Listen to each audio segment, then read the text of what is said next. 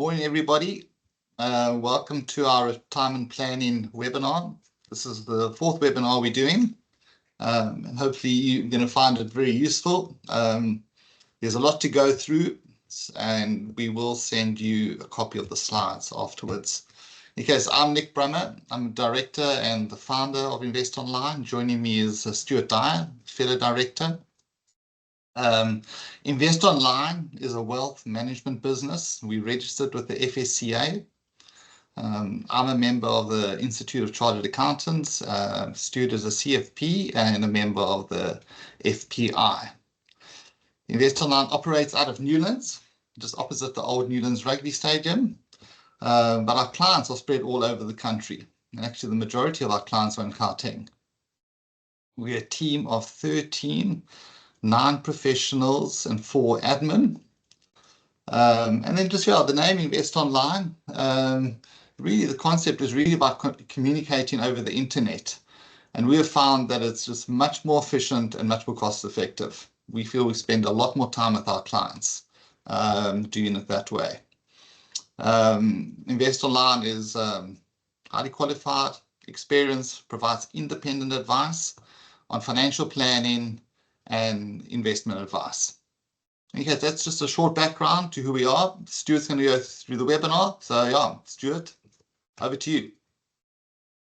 No, thanks, Nick, and thanks for everyone for joining us today.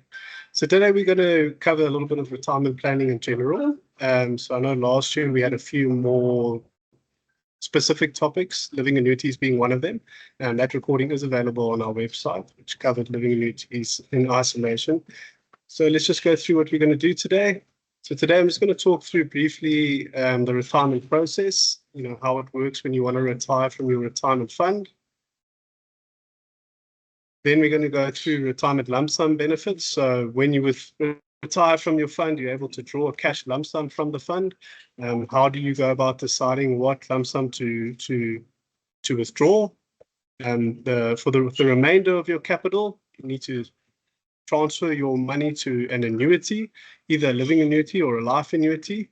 There's lots of pros and cons of both, and quite a few considerations that we will go through, and how we like to plan and think through that decision with our clients. Offshore exposure in retirement, how do you address that, and what is the right balance to have offshore? And a little bit at the end, just how we like to help individuals plan for retirement and how we think we can do it most effectively.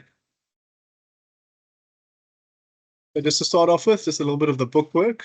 Here we have the retirement process. So the Pension Fund Act in South Africa says that when you're 55 years or older, you're able to retire from your retirement fund. So that would include a fund like a retirement annuity. However, different employer funds can have their own rules and their own retirement age. So certain companies could have a certain age, 60, 65, etc., as their retirement age. And there are special circumstances where you can retire early from a fund, and common one being ill health or disability. If you want to retire from your fund, you need to notify the fund provider or the employer. So often if you do have an employer fund, which is a pension or provident fund, there would be a contact person and your HR that you would inform that you are retiring. Retiring from the fund normally goes hand in hand with retiring, from employment. So that would normally go together. But if you have a retirement annuity or preservation fund at an investment platform, it's quite simple as filling out the retirement form. And that's where we're going to get to now, is what's called the retirement claim form or the retirement notification form. And you submit that to the fund provider with your supporting documents, and then they go ahead and process that retirement. How that then goes is they do the necessary administration around that retirement.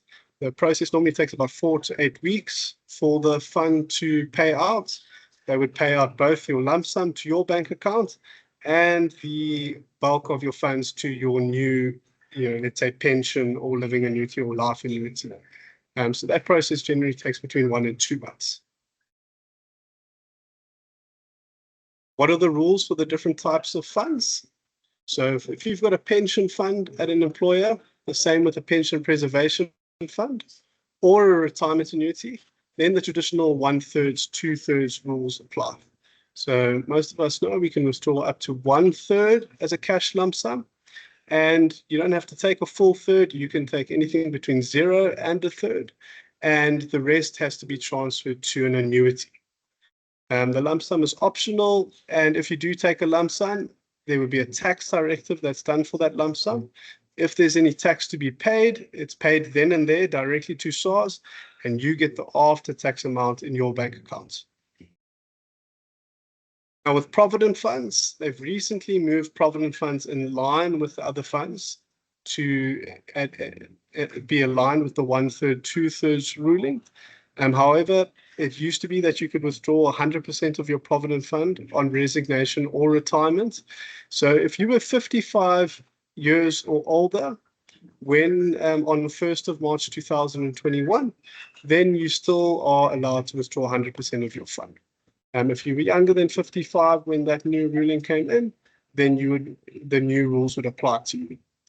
And we haven't gone into the new two-pot system that's come out last year. Essentially on retirement, these rules still apply, but these rules just get applied within the different buckets in your retirement fund. So you have your savings pot and your retirement pot and your vested pot, and those different pots would have their different rules according to this.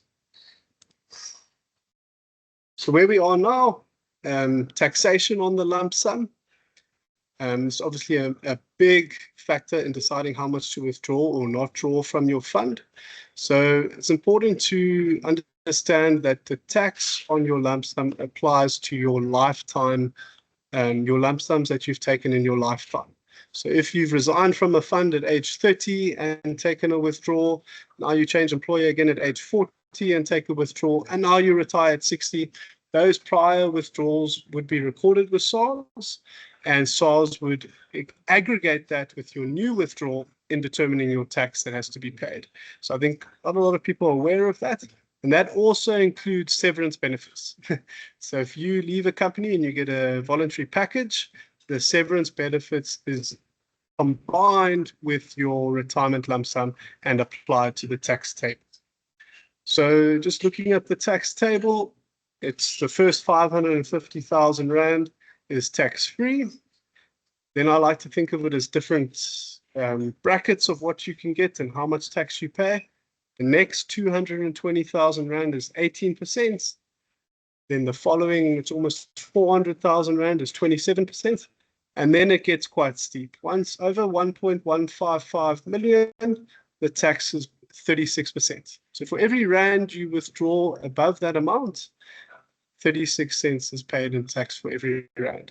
So just to give you context of how, how heavy that tax is. I mean, if you're a 45% marginal taxpayer earning, let's say, 2 million Rand taxable income a year, your average tax across your different tax brackets is 36%. So this is the same sort of tax penalty as if you were a 2 million Rand annual tax earner. So our advice is normally you would only really withdraw with that amount of tax if you really needed cash and liquidity and it made sense in your retirement plan. And we'll talk about that a little bit more of when that would be. I just want to talk about excess contributions. I don't think this is something a lot of people know about. So when you contribute to retirement funds, you're allowed to claim some of those contributions or all of those contributions as a tax deduction against your income tax in that year. It can also roll on for a number of years. So that calculation is, it's 27.5% of your taxable income up to a maximum of 350,000 Rand per year. Now, so if you earn about 1.3 million or just under 1.3 million taxable income, then you would be at that 350,000 cap that you wouldn't be able to claim more than that as a deduction. However, it doesn't mean you can't contribute more. It just means you can't claim those extra contributions as a deduction at that point. So what happens with those is those are called excess contributions. And those contributions are recorded by SARS and should be recorded by a tax practitioner. And this record is kept of that. So how do you make use of that is when you retire, that can either increase your tax-free lump sum. So if you've got 550,000 Rand as a normal tax table, maybe you have R1 million in excess contributions. In that case, you're able to withdraw 1.5 million rand tax-free, subject to the 1/3 rule. It can also, if you decide not to take it as a lump sum and have it roll over into your annuity, whether it's a life annuity or living annuity, that can reduce your tax on that income. You just need to be, there's a bit of a process to do that with SARS. You need to have a special tax directive that you do with them, but generally your tax practitioner will help you with that.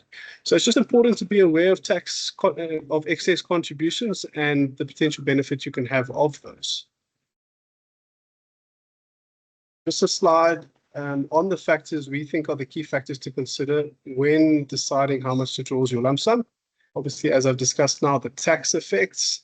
I think what we like to do is look at how much you're going to draw as a monthly income in retirement, assess what is that tax rate. Is it that effective tax rate 20%? Is it 35%, as I mentioned earlier? And try and see, well, where does it make sense to take some money up front? Because you'll actually pay less tax if you take it up front rather than if you take it as income. The way we do that, let me just jump back to that. The way we do that is to use a tax simulation. Tax simulation is when we use your tax number and we can process that with SARS, and we can fill in lots of different amounts, and it could tell us what your excess contributions are, if you have any, and tell you what your exact rand tax would be for those different lump sums. So that's something that just provides enormous visibility of helping with that decision. Liquidity, and we'll talk about a little bit more about capital goals later. But if you're one of the individuals that's worked in corporate life and most of your investable assets at retirement in your pension or provident fund or both, is now you might want to plan for what cash you might need outside of that. Often big capital goals, things like paying off any liabilities at retirement, if you've got any outstanding bonds or loans, that can make financial sense to pay that off at that stage. So that's where also that would come in. So over and above the tax effect is, okay, how much money do I actually need? And then just to double check, if you want X amount in cash, you have to see what effects that's going to have on your retirement income. So if you take a big lump sum, that's obviously going to reduce the income you'll get because the amount of money going into your pension will be less. So just to do that double check as well. Okay, so now the big one, the annuity decision. I mean, this is really a several-hour meeting and webinar that could be on its own, but we're just going to do it quite surface level here. So when you now need to decide with the bulk of your funds, how much is going to go into, how much you're going to take as cash, and the rest that's going to go either into a living annuity or a life annuity or a combination of the two. You also get other different types, like what's called hybrid annuities, and it can get quite complicated. But just to give a quick definition of the two. So a living annuity is a type of retirement investment product that allows retirees to draw an income from their retirement savings while keeping the capital invested. So the key thing there is that the living annuity is an investment. You invest that money. It's actually the main benefit is that money grows completely tax-free. So you continue to grow that capital tax-free, and you only pay tax on what you actually withdraw from the fund. On the other hand, you have a life annuity. Now, a life annuity is an insurance product. You give up your capital in exchange for a pension income. So this isn't an investment. This is a contract between you and the insurer. You forego your capital at the inception of that contract, and then there's different types of life annuities you could take out. And essentially the life annuity provider is saying, we will cover your income for life, and they can also cover it for a married couple and say, we'll cover two of you for life. And then you don't have an investment you have to manage. You almost like just getting a salary. You will get that set salary that you've predetermined for the rest of your life. And you'll also predetermine the escalation of that when you take that out. So I'm just going to cover a little bit of pros and cons of both of these. So the pros of a living annuity is a lot of the pros of the fact that it's an investment, that you drawing a physical investment from your own money. It provides flexibility. You can actually change once per year how much you take as an income. You can decide if you want to take that income monthly, which most people do. And some individuals that have moved abroad might take the income annually and take a large lump sum out annually. You have the ability to select the underlying investment strategy. The funds are inheritable. So because it's an investment, there is a beneficiary nomination and your beneficiaries can inherit. They can decide to either take that money as capital or take it as income or a combination. So the beneficiary has quite a lot of power with the living annuity and how they inherit the capital. As I mentioned earlier, all the investment growth is tax-free. So that's good. You just have to manage your tax rate on the income you draw.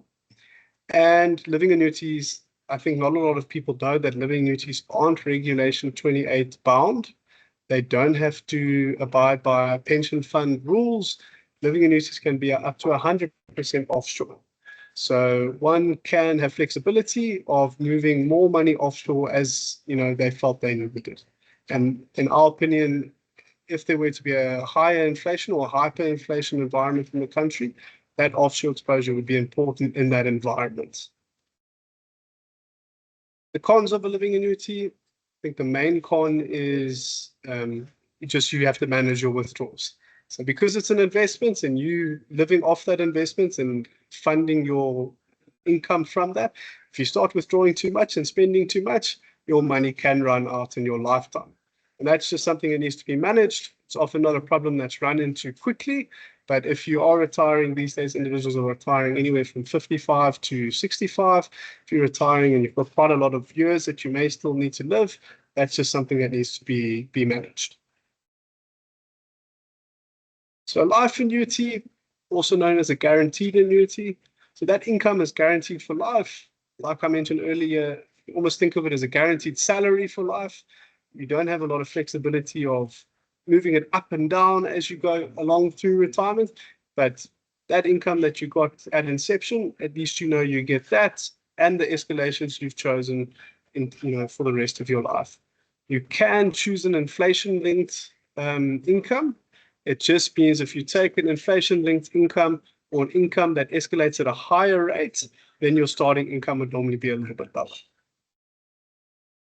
The cons of a life annuity, so there's no inheritance. Normal life annuity works that the capital is given away to the insurance company to buy the rightful income. So if you do have other individuals in your family or other beneficiaries you wanted to pass your money on to, that maybe would be a consideration there. The contract is set at inception. I know quite a common life annuity selection at the moment is for individuals to take a fixed 5%. A fixed 5%, we'll show a little bit later the potential inflation impact of that. If you have a joint annuity with two spouses, your starting income will reduce, and a life annuity can have limited protection if we went into a very hyperinflation environment. That's something we've modeled, and we're happy to cover that with anybody who wants any more information on that. Okay, and the other key thing to be aware of is that a living annuity, you can convert that living annuity into a life annuity later in life. So something to be aware of, your life annuity rates go up as you get older. So if you have a living annuity earlier in life, you can convert that to a life annuity later. But if you take out a life annuity, you can't undo that. You can't then transfer that to a living annuity or access that capital. So essentially, the insurance companies betting on you not living for very long, and Nick will talk a little bit more about the life expectancies. And if you do live a long time, you're basically doing well. But if you don't, that capital's basically foregone and your beneficiaries don't get that. So the way we like to think of this decision, and essentially it is a once-off decision when you retire at that stage, is whether you're going to go living annuity or life annuity, is how are you going to keep up with the cost of living? How is your buying power of your income going to keep your lifestyle going and be able to buy the same amount that you used to? So to do that, you have to look at inflation. And I mean, we've just drawn up this good chart that goes back about 55 years and shows inflation in South Africa over history, or 55 years. So I think we all have this figure in our minds with SA inflation. We used to say 6%, now we say 5%. Because that's average CPI over the last 10 years. but average CPI over the longer term has been a lot higher. In fact, over the last 30 years, average inflation has been over 6.5%. So that's just something to consider. If you are retiring in your late 50s, early 60s, you potentially have 30 years plus that the money needs to cover your lifestyle. Then you have to think that there might be different economic environments that your retirement might go through, and to plan for that. We've just put this nice little line. If you think of 5% escalation in your income, and just to see how many years over the last 55 years, inflation has been higher than 5% in that year. And quite a lot of the years, especially if you go back 20 years plus, there's been higher inflation than 5%, including just 2-3 years ago when we had very high inflation. And this is just a bit of a thought exercise we did. It's not any government data. But when we do our retirement plans for our clients, a lot of clients say, oh, 5% inflation, that doesn't speak to me. My personal inflation is much higher than that. I think my personal inflation is 7 or 8%. And that's because not a lot of our inflation matches the CPI basket that the government uses exactly. So if you've got medical aid, if you shop at other certain food stores and supermarkets, obviously electricity inflation is excluded from the core CPI number. Those things can mean your inflation can be a lot higher. So this is just an example of showing you if your personal inflation was 2% higher per annum than government CPI and the compounding effect of that. So it's quite something. If you were living off of 40,000 Rand after tax per month when you retired at 60, and your personal inflation was 7% per annum compared to government CPI that they say inflation is of 5% per annum, the amount you would need to cover the same lifestyle 35 years later would be almost double if you had that higher personal inflation than the government CPI. So that's quite an interesting thing just to be aware of. Okay, so offshore investing. Offshore investing goes hand in hand with talks of high inflation and protecting against a weakening rand, a potential environment of high debt to GDP, a weaker rand, and needing to cover your cost of living and keep up with the cost of rising inflation. So offshore investing can do that for you. Essentially, as the rand weakens, it's more expensive to import goods into the country. So buying things, petrol, etc., food, it gets a little bit more pricey over time, the weaker the rand gets. So when you have money in foreign currency, your money is not economically linked to South Africa. And as the rand weakens, your rand balance is going up, because if you've got money in dollars, for instance, the dollar is strengthening and you're benefiting from that. So just a few benefits of offshore investing: diversification outside of South Africa into different economies, access to high growth sectors outside of the country, adding obviously developed world is more economically and politically stable, having much larger investment choice. Our stock market is very narrow at the moment compared to much larger offshore markets. And then, as I described, how it protects against inflation, and particularly if we went into a much higher inflation environment. So this is just a little bit of a framework that we've come up with, and Nick and I have gone over within the firm, is how much offshore exposure should different investors have. And really that comes down to how many years you're going to grow your money for and how much volatility you can stomach. So the more offshore exposure you have, the more potential volatility in your investments.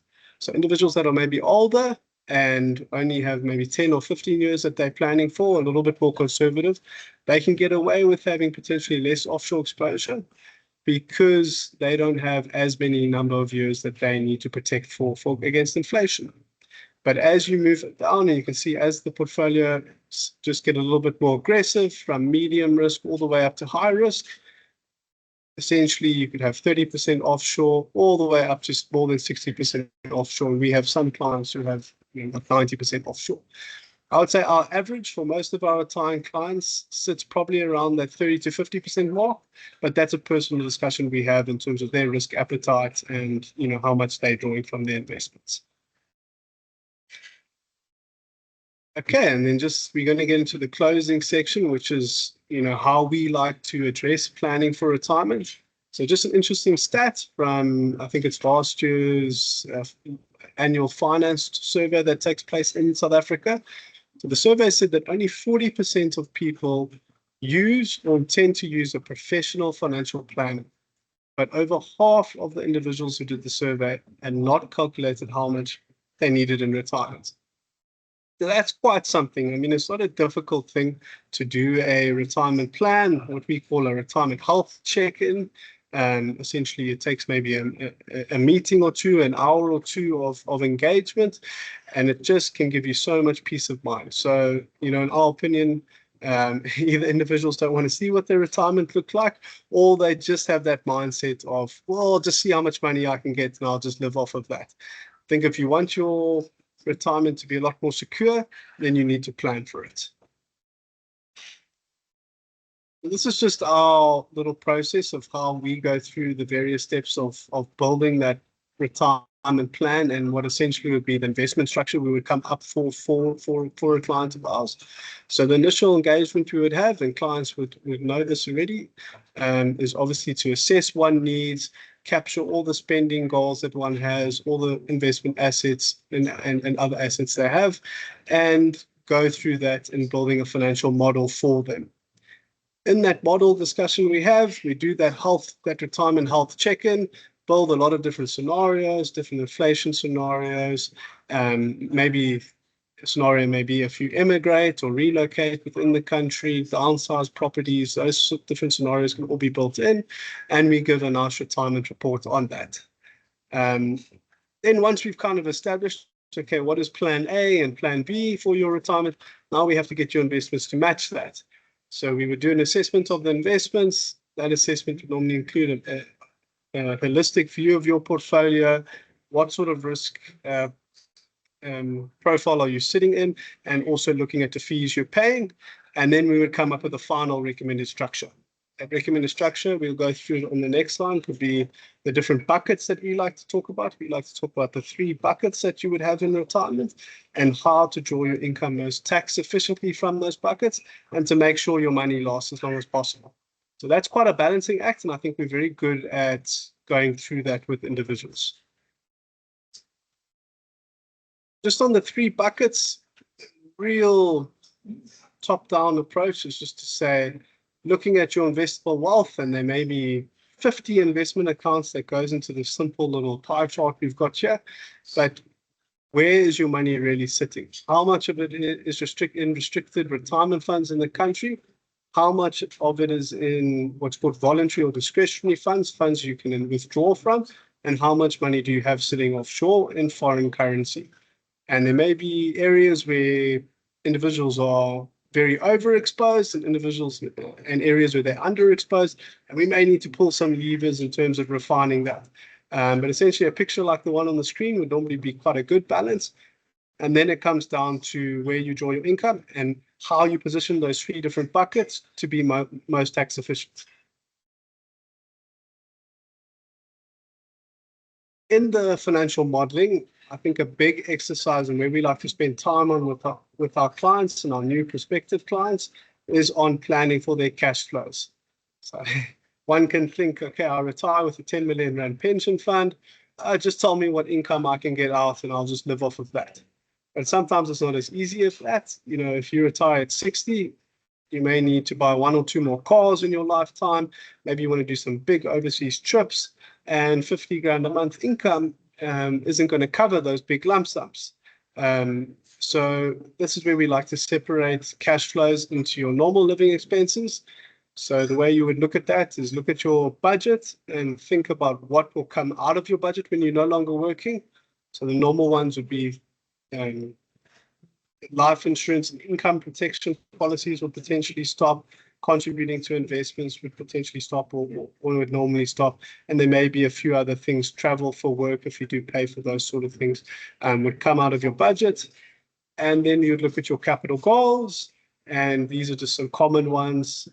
Family events, like if you still have to pay for any children's weddings, renovating your home or moving home, any charitable contributions you wanted to do. capital goals that we would account for, and we would model the cash flows accurately. So instead of just saying, I need X amount per month and I will put that away and save up for these goals separately, that isn't necessarily the most tax efficient, because to get more out in income, you have to pay more tax. So sometimes it can be better to sell other assets or take a bigger lump sum at retirement to fund your capital goals.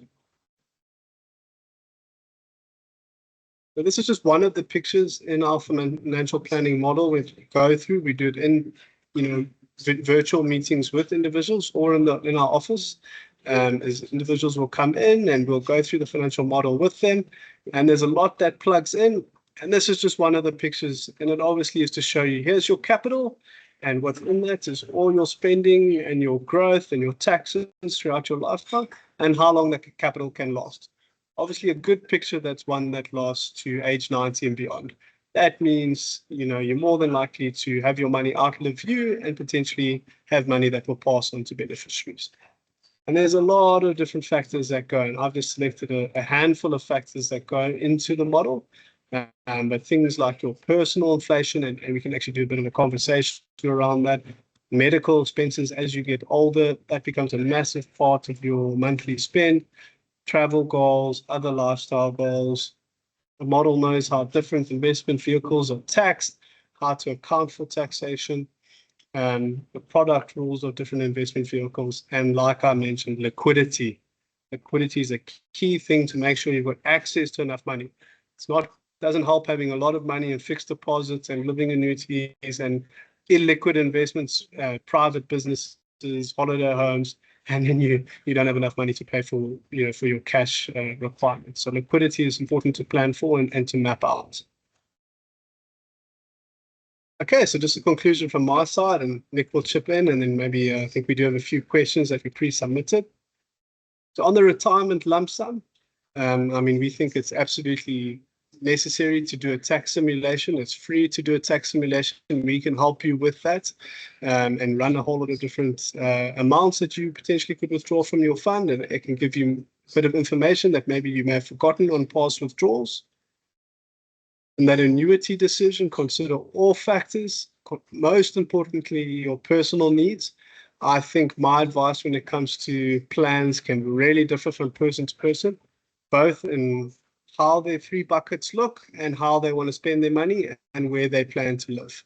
So one person, my advice might be drastically different than the other. So personalizing the decision is very important. Offshore exposure, I think this is a personal choice. Some individuals, really like having a lot of their money offshore and they're happy with the volatility and they are comfortable with that. And others prefer to have a more conservative investment, but that needs to be managed carefully. And obviously we're all close to politics in the country and managing that carefully. Planning for retirement, we think don't cut corners, plan effectively, use a professional such as ourselves and our client portfolio managers. They're all professional qualified financial planners. Obviously, we all work as a team at Investonline, so we're available to do a consultation for your retirement planning. We don't charge for those initial meetings, and we just think it can just provide enormous peace of mind. So that's all from me, Nick. Back over to you. Oh, yeah, sure. Well done, Stuart. You've covered a lot there. There's a lot going on. So yeah, well done. So we've got a few questions that have been submitted. Let's see if we can take a few. First one is, can I invest my retirement funds offshore? Yes. So just to repeat that, there's two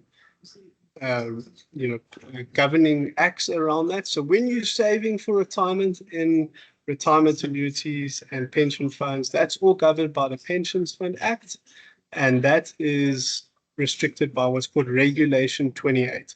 So there you can only have 45% of your money offshore. So I think everybody's quite familiar with that. And depending on your appetite for offshore, that might not be enough for you. But when you go into a living annuity, then that restriction falls away. Funnily enough, a living annuity is governed by the Long-Term Insurance Act, and you can have all your money offshore as per current rules. You can even have direct US dollar holdings within a living annuity. So that's important just to be aware of that. Good, thanks, Stuart. All right, one regarding life annuities. This is an interesting one. It says, is there an age that it starts becoming favorable to have a life annuity?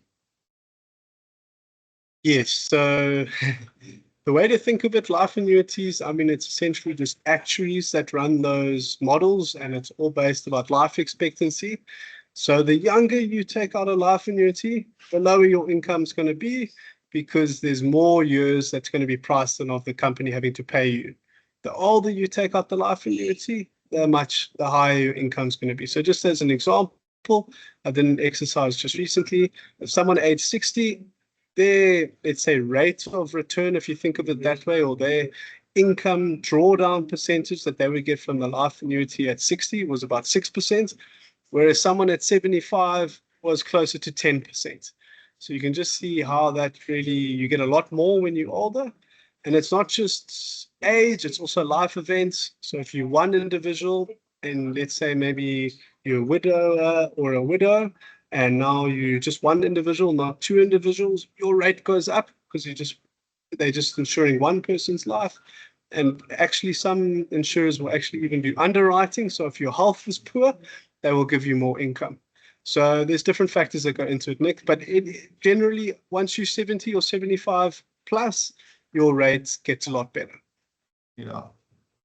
Yeah, it's an interesting one. And I mean, I urge everyone before they take out a life annuity to have a conversation with an advisor, have a conversation with us, because there's quite a lot going on there. And in terms of life expectancies that they're put into the actuarial models, they're using about 73. So if you're a healthy 75-year-old, you really can get the benefit of getting a much higher rate going forward.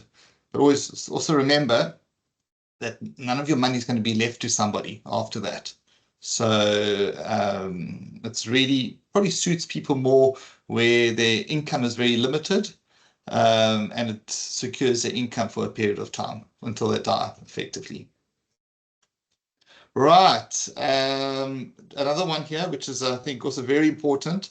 Can you just please explain liquidity constraints around retirement, and how can these be minimized? Yes, I think that question refers to a living annuity. So in a living annuity, you're allowed to withdraw between 2.5% and 17.5% of your money per year. So what can happen is if you want more than that, now you have a liquidity constraint. So you have capital, but you can't access all your capital. So what happens is you end up just hitting a ceiling of what you're able to withdraw, and your capital will slowly come down over time, but you can't go and withdraw more than that. So that's what happens when people really start, in their late 70s or 80s. Like we mentioned, that's probably where a good case would be to go into a life annuity, where they need to keep their money or keep their income growing. They end up drawing too much, and they get into a bit of a corner there. So the way you get out of that is to plan effectively and have liquid capital outside of that, potentially have a bigger lump sum at retirement, and model that you don't get restricted where all your capital is in a liquid asset, like a living annuity, or like I said, property, for instance, is also fairly illiquid. So that's just something to plan for. Yeah, I mean, it's very important. We have cases where we have clients or prospective clients coming to us where they do have a split between their living annuity and discretionary money. And what they're really doing is that they're initially drawing down the discretionary money as opposed to their living annuity money, where it really should be the other way around, because the living annuity is going to be constrain you into the future, and you want the free discretionary money to be on the side. Yeah, exactly. So their thinking is to essentially draw that liquid money down to almost zero, and that just means you've got no out if you hit a liquidity problem later. So a good thing can be to split your income or draw down from the living annuity, but that would be a manual calculation. Okay, great. Thanks, Stuart. That was very helpful. Thank you, everybody, for joining us. We will have the webinar and the slides out on the website. Also, just for you to go and have a look if you want to see any of our other webinars. So we've done 3 others, one on estate planning, one on offshore investing, and also one on living annuities. They're on our website. You're welcome to have a look. And then if you've got any questions, please drop us a mail or drop us a call, and hopefully, I'm sure we'll be able to assist you. Thank you for joining us. Bye-bye. Cheers, everyone. Bye-bye.